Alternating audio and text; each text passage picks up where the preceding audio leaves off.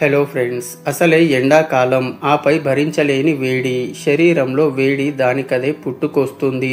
ఇక వేడి శరీర తత్వం ఉన్నవారి సంగతి చెప్పనక్కర్లేదు. ఒంట్లో వేడి ఆవిర్లు, చెమటలు పట్టడం వంటివి చికాకు పెడుతుంటాయి. ఈ సమయంలో ప్రజలు ఆరోగ్యంపై శ్రద్ధ తీసుకోవాలి. సీజన్ మారుతున్న కొద్దీ ఆహారంలో కూడా మార్పులు చేసుకోవాలి. ఏది పడితే అది తింటే మాత్రం ఆరోగ్యం పూర్తిగా దెబ్బతింటుంది. చిన్న పెద్ద అందరూ ఎండాకాలం సరైన డైట్ పాటించాలి. మీరేం తింటున్నారనే దాని మీదనే ఈ సమ్మర్ లో మీకొచ్చే ఆరోగ్య సమస్యలు ఆధారపడి ఉంటాయి.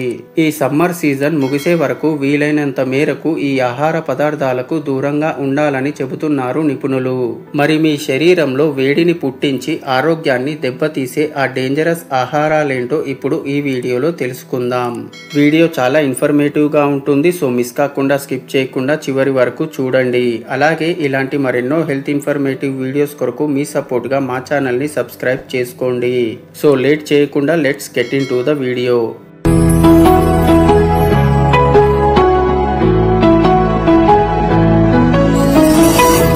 బయట ఉష్ణోగ్రతలు పెరుగుతున్న కొద్దీ శరీర వేడిని కంట్రోల్ చేయడం కష్టంగా మారుతుంది. అందుకే ఎండాకాలంలో మనం తీసుకునే ఆహారాల పట్ల జాగ్రత్త వహించడం చాలా ముఖ్యం. కారంగా ఉండే ఆహారాలు మీ శరీరంలో వేడిని ఇట్టే పెంచేస్తాయి. మీరు కాస్త కారం, మసాలా ఫుడ్స్ ఎక్కువగా తినేవారైతే మీకు ఈ పాటికే జీర్ణ సమస్యలు, కడుపు ఉబ్బరం, మలబద్ధకం వంటి సమస్యలు వచ్చే ఉంటాయి. అందుకే ఈ కొన్ని రోజుల పాటు మీరు ఇటువంటి ఆహారాల జోలికి వెళ్ళకపోవడమే మంచిది. కారంలో క్యాప్సిసైన్ వంటి సమ్మేళనాలు ఉంటాయి. ఇవి శరీరాన్ని ఉత్తేజపరిచి చెమటలు కారడం, శరీరంలో వేడిని పుట్టిస్తాయి.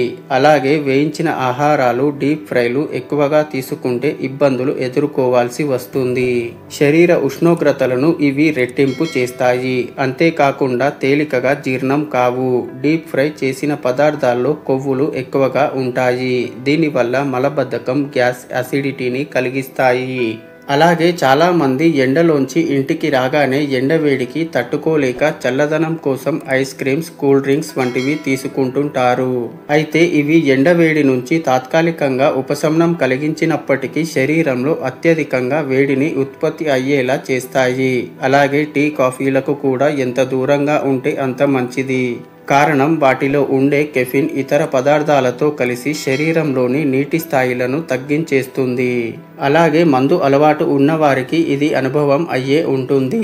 ఎందుకంటే మద్యాన్ని గొంతులో పోసుకునేటప్పుడు అది వేడిగా మండుతుంటుంది.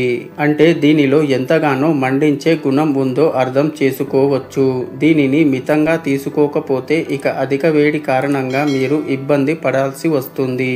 అలాగే ప్రోటీన్ మరియు కొవ్వులు ఎక్కువగా ఉన్న పదార్థాలైనా సహజంగానే ఒంట్లో వేడిని పెంచేస్తాయి. వీటిని అరిగించుకోవాలన్నా మీ బాడీకి డబుల్ ఎనర్జీ అవసరం.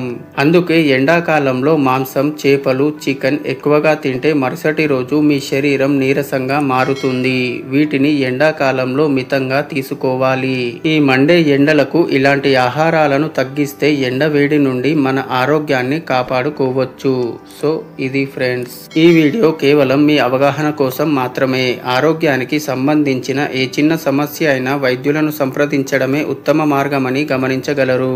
ఈ వీడియో గనక నచ్చినట్లయితే లైక్ చేయండి, షేర్ చేయండి. అలాగే ఇలాంటి మరెన్నో హెల్త్ ఇన్ఫర్మేటివ్ వీడియోస్ కొరకు మా all in one Telugu 2M channel ని సబ్స్క్రైబ్ చేసుకోండి.